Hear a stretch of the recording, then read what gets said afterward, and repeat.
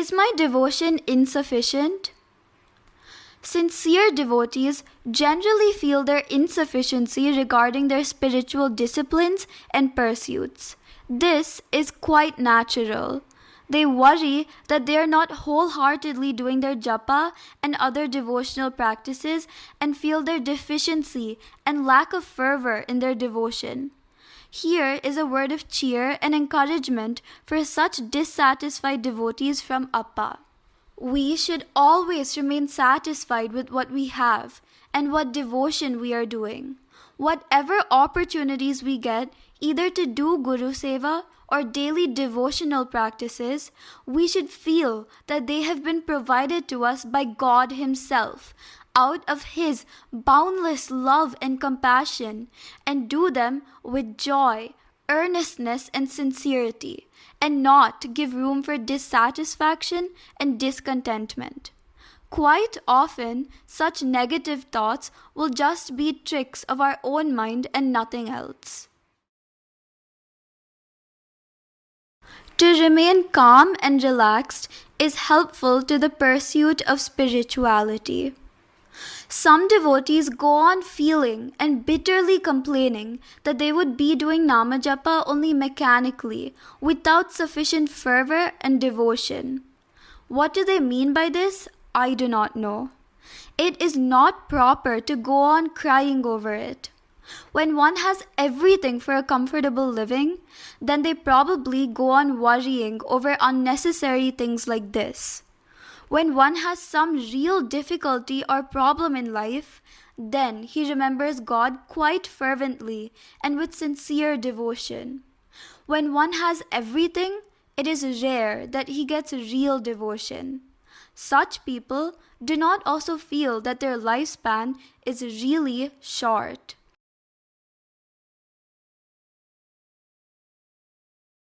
Purity in thought is very essential. If you worship Him with a full heart and a pure mind, even for a short time only, that is far better than the usual daily worship you do mechanically for years. Similarly, in meditation, if you are able to delve deep into yourself and remain there even for 1 minute, making your mind utterly still and silent, that would be equivalent to the meditation you would have mechanically done for 30 years or so. Therefore, you should always try to go deep into the recess of your heart yourself. What is important is that we should forget ourselves and try to remain deep within ourselves in meditation. If we make honest, sincere, and serious effort to forget our body, mind, and intellect, and remain deep within ourselves even for small intervals at a time, it would become meaningful. It is more than sufficient. It is worth all our efforts and troubles. It is a very wholesome sadhana, but nobody tries to do this. No one really makes honest and serious attempts to go very deep into oneself. For some people, doing bhajan becomes a sort of mental entertainment. I'm not telling it is wrong to do bhajan, but we should make sure we are really progressing on the spiritual path by our bhajan. We should look into ourselves and know that we are progressively losing our egoism. We are drastically reducing our feelings of me and mine. What is essential, therefore, is that through our bhajan, we should seriously try to get rid of all our vasanas, meaning inherited tendencies of our past lives, and make our mind absolutely pure. The mind is a slave to these inherited tendencies and gets submerged and lost in them. By engaging it in bhajan and other such spiritual disciplines, including seva activities, we should free it from their stronghold and make it walk on the spiritual path. Mere bhajan and other spiritual disciplines may not be sufficient for this. We may have to sit and do dhyana also. We can, in fact, take stock of what we have gained through bhajan and other spiritual disciplines by these meditational sittings. We must do bhajan daily at proper timings. After bhajan, we must sit in silent joy and bliss for meditation for at least 10 to 15 minutes. In these sittings, we must closely watch our minds. Mind by its very nature can never be still and inactive. But we should seriously try by all the means at our command to make such a mind absolutely still. We should keep a close vigil on the mind and see that it does not stir even by a wee bit from the stillness. This is not an easy thing to do. But we should go on with our effort to still the mind relentlessly. One day, with Guru's grace and blessings, we will indeed succeed. We will get the necessary inspiration and strength of mind and character to achieve this stillness of mind if we go on doing bhajan regularly, frequently attend satsangs, visit ashrams, and court the company of saints and mahatmas. But we must be careful about one thing. If we keep our mind pure and holy with God thoughts, only when we go to such places, and also only as long as we are there, and the moment we step out from there, fill it with the dirt and filth of worldliness, we will gain nothing. Wherever we are, in whatever circumstances, and amidst whichever types of people, we should never slacken or let go the inspiration and the strength of mind and character we have gained by our visits to the above places and Mahatmas. Whatever spiritual disciplines and practices we have learnt, and whatever mental enrichment we have gained from the guidances and teachings of the saints and Mahatmas, we should stick to them with all our firmness and tenacity. We should ever remember and cherish the invaluable treasure of truths and wisdom we have gained from them, and live our lives always in the light of the brilliant splendor and radiance of these truths and wisdom. Some people will be pure, pious, virtuous, full of devotion, God remembrance, etc., as long as they are in the ashrama, and change completely as soon as they step out from there. We should never allow this to happen. Some others keep their minds full with their worldly problems and worries even when they are in the ashrama. This, of course, is too bad, and there is not much hope for them. They cannot progress much in spirituality. We should remain the same wherever we are. You should strictly follow your Guru's instructions in all places and under all circumstances. Only then can your life become clean, pure, and holy. By cleanliness and purity, I don't mean taking bath and putting on cleanly washed and well-pressed clothes, etc. This is only bodily and outward cleanliness. What is the use of these things if your minds are full of desires, ambitions, hatreds, envies, frauds, and all such filth and dirt, and always stink with their stench? I am not telling you that one should not take bath and be clean and put on nice clothes. I am only emphasizing that mental purity is much more important, that inner cleanliness is much more important than outward cleanliness. We can make our life meaningful and fulfilling only if our mind is pure. We should know that the purpose of human life is God realization and attainment of eternal joy and bliss. We should therefore intensely yearn and crave for this and this only. Even when we pray to God, we should earnestly pray to Him with utmost devotion to grant us His vision only. If we go on praying only for His vision and nothing else, He will Himself take proper care of all our other requirements and necessities and protect us even without our asking for these things specifically and separately. Therefore, whenever we go to the ashrama to have darshan and seek the company of our Guru, we should never go to him with a list of our pressing problems and ask for their immediate redressal. we should always earnestly ask for His grace and blessings for God realization only. Problems and difficulties will always be there in everyone's life. Is there a single man who can really say that he has everything he wants, that he doesn't want anything else, and that he's really happy? No, it can never happen. Everyone will always be having some problem or the other. It may be with regard to money, or family, wife, and children, or lack of comfort and peace of mind due to something or the other, or disease, or with regard to something else. But some problem or the other he will definitely have. Some people complain that they have not been able to get happiness out of anything they did so far. How can they get? Can they get happiness out of the food they eat or the money they earn? Nothing can give them happiness or peace of mind.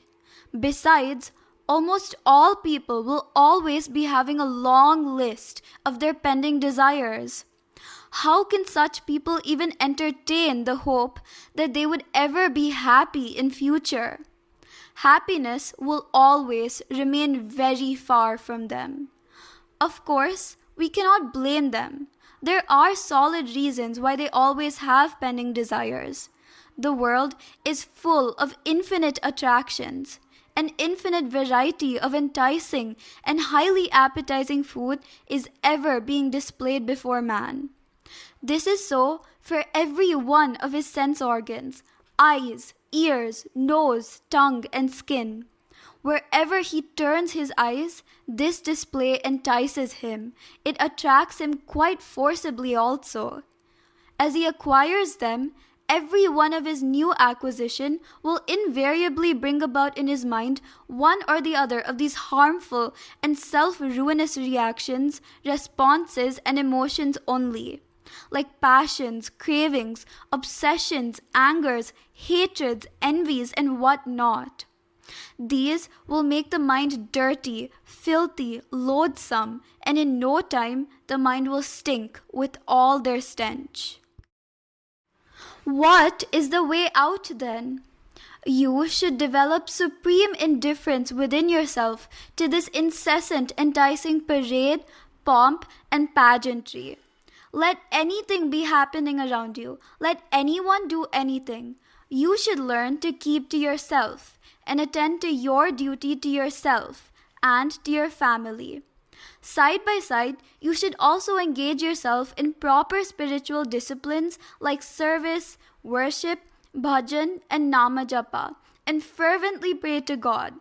O Lord, I want you and you only. I really don't want anything else.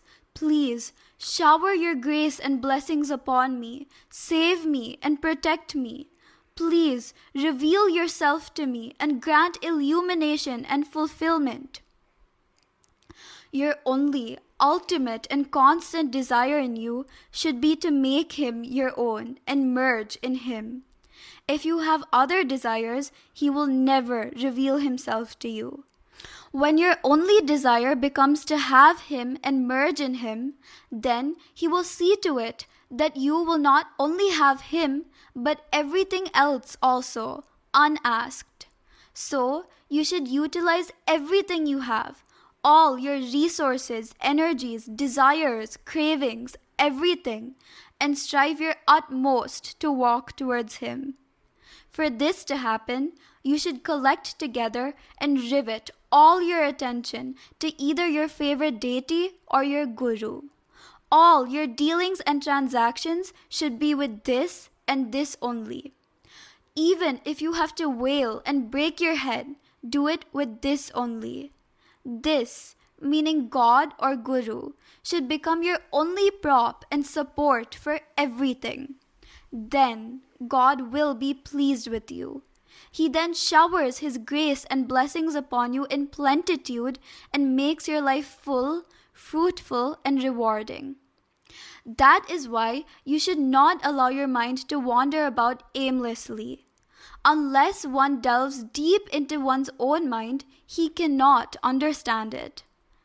If we utilize all we have only for the sake of worldly enjoyments and pleasures, we would be utilizing our whole life and our whole living for our own ruination.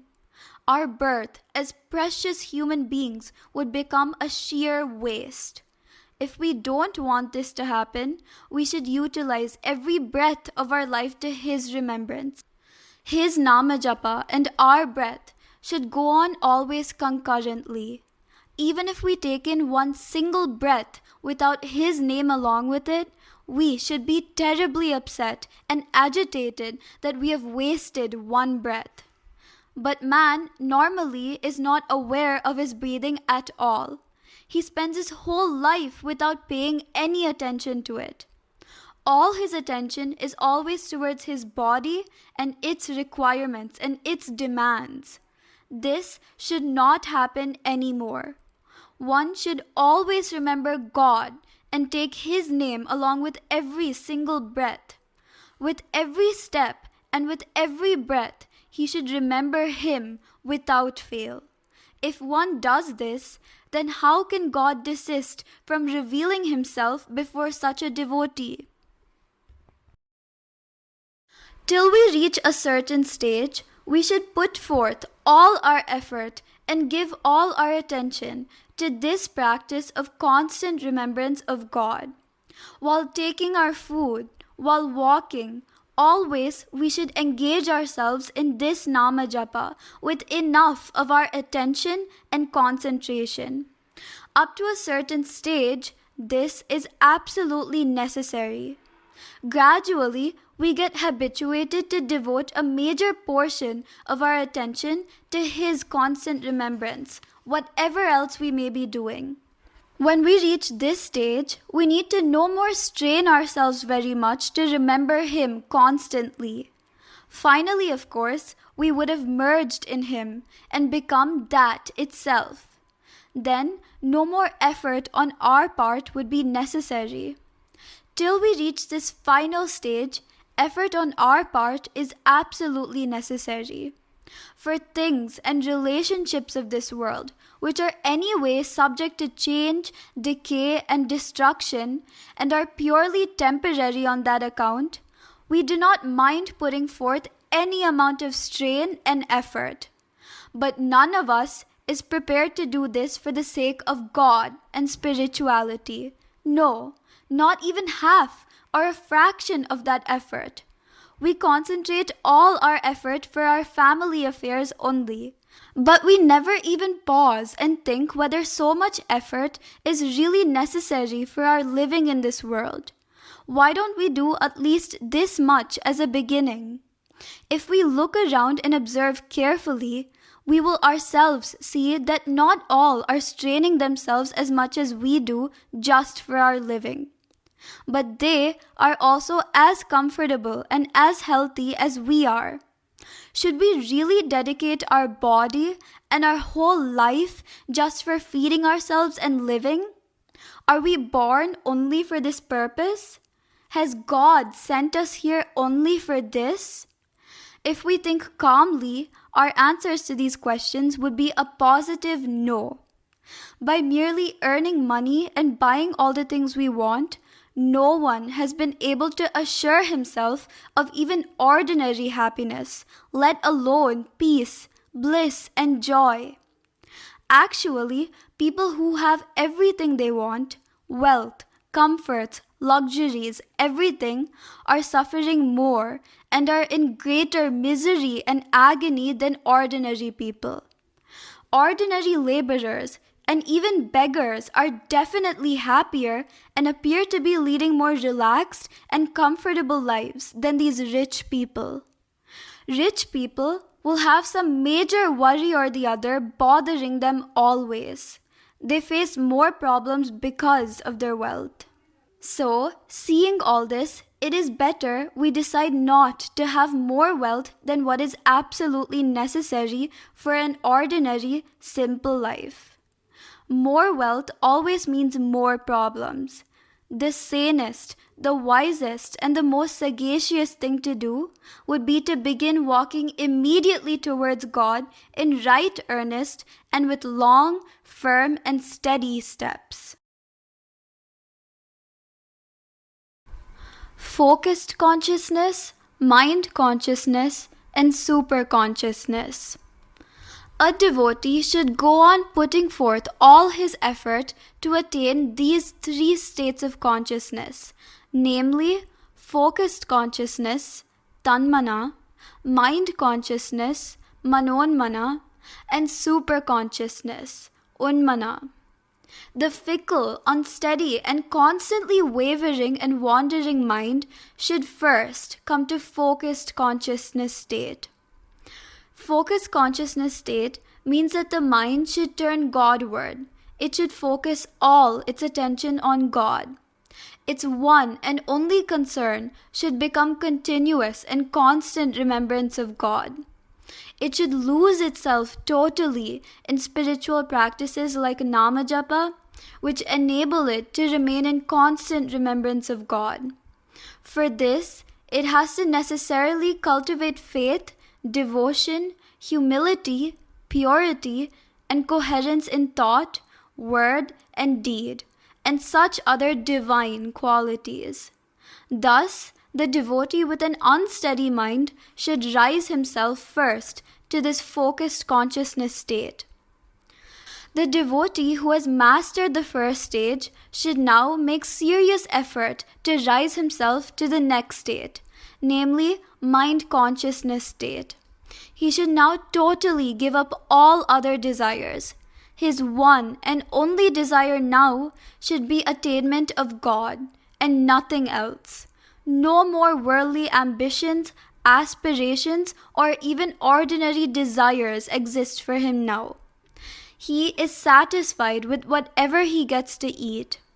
His one and only concern and burning craving now is immediate God realization. The devotee in mind consciousness state should then put forth all his effort to reach the third and final state of super consciousness. In this state, one should become God himself. He should realize God, merge in him, and become that itself.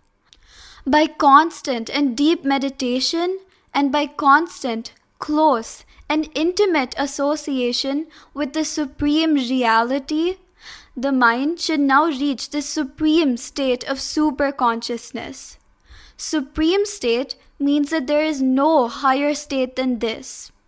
When the devotee has become that supreme and eternal reality itself, that truth itself, there is no other higher state for him to reach or become. Super consciousness state is the ultimate, the highest, and the last state. Having reached this super consciousness state once, and having tasted it for a very brief period once, when the devotee comes down to the level of the ordinary worldly conscious, he should not become a prey to worldly attractions anymore. He should go on incessantly attempting to reach that state again and again, and remain there for longer and longer periods.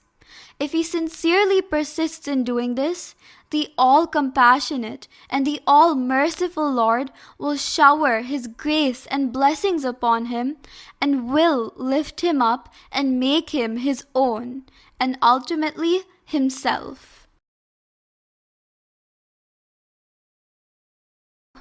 I will bestow peace on those who come to me, says God.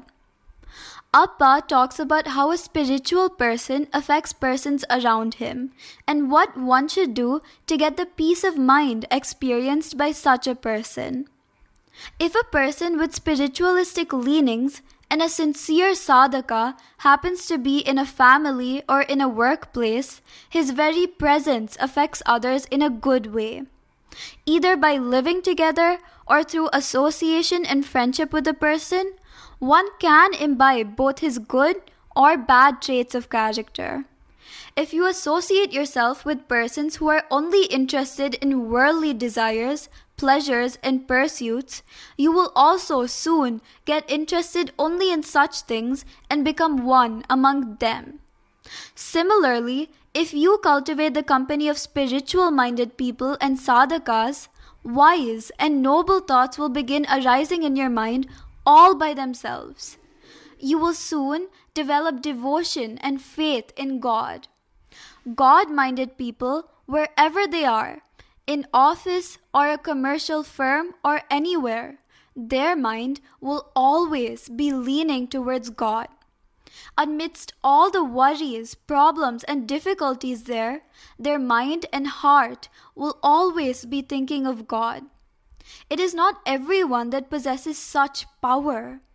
Such people are very rare indeed.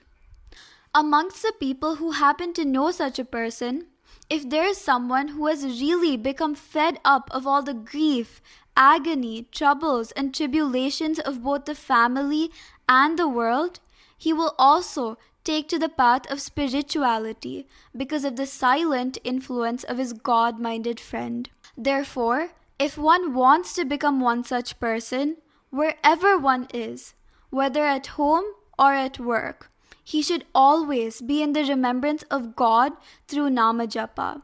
He should do bhajan daily. He should also go on progressively reducing his wants and desires.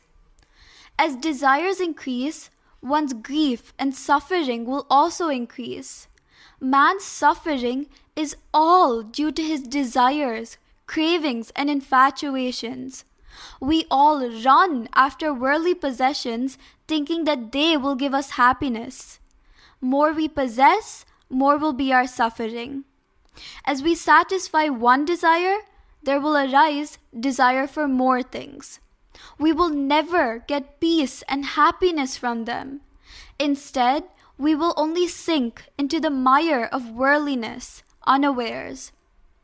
You may take any number of births, you will never derive happiness from materialistic possessions.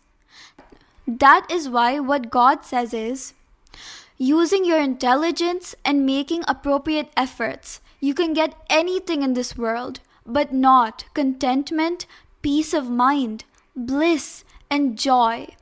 I possess these things. I will give them only to those who come to me. But people do not know this secret. They go after things of the world in search of peace and bliss. How can they get it? Of course, they will never get it. They will also not give up their efforts. People should remain satisfied with whatever they have and live their lives doing their duties. They do get a lot of leisure time. They should reserve all their spare time to God remembrance, bhajan, dhyana, satsang, and satseva. Even if one does not get enough spare time, he should make proper effort to get it. If by chance one does not get any time during the day, in the night after taking food and before going to bed, say about half an hour, and again in the morning about half an hour by getting up early, one should remember God by doing Namajapa. If one begins doing at least this much, gradually everything will become all right.